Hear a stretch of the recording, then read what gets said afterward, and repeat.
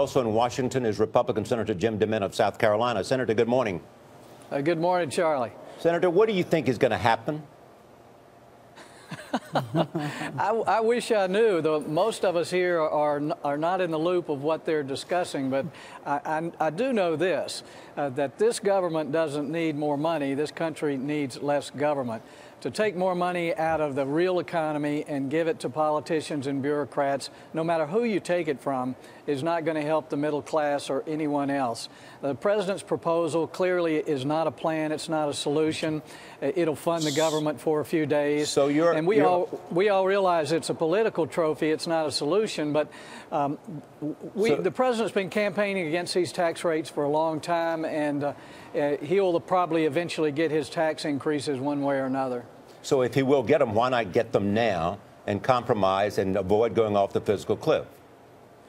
Well, we should have done it before the election. We should not have gone home until the problem was solved and people could see how we had actually handled it here so they would know how to vote at the election. But I've been a businessman most of my life, and I know the damage from this uncertainty has already done. Has already been done, and you combine that with the implementation of Obamacare and those taxes, I think you're already going to see some downturn in our economy because of what's been going on here. We can't fix it Christmas Eve and expect it all to bounce back in January.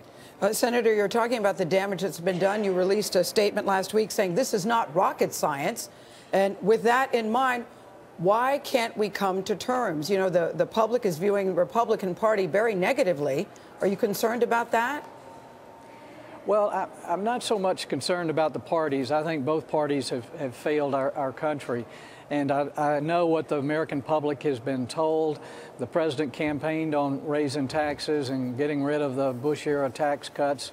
And he's going to get his wish. I believe we're going to be raising taxes, not just on the top earners. Everyone's going to pay more taxes next year in this country, and I think that's what the president wants. But we've doubled the size of this government and double spending over the last 10 years. This year, tax revenues at current tax rates will probably be at historic highs. And if you look at the facts, we don't need more revenue. We just need to stop the spending. The president is not going to stop spending. He's proposed more spending. So it's hard to work with someone who I think is intentionally trying to take us over this cliff.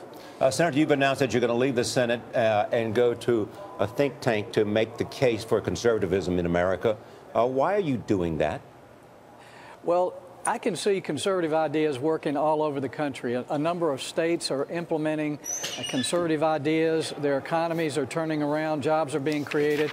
But we have not done a good enough job of convincing Americans that less government, less taxes, and a more vibrant economy is really going to work for every American. And so I spent most of my life in advertising and marketing and research, and I want to go back to the battle of ideas. I just think unless we win the hearts and minds of the American people, we're not going to win elections with conservative ideas. So we've got a lot of work to do, and the Heritage Foundation is the most prominent, preeminent conservative think tank in this country, so it's a great opportunity to change the debate. Senator, thank you very much.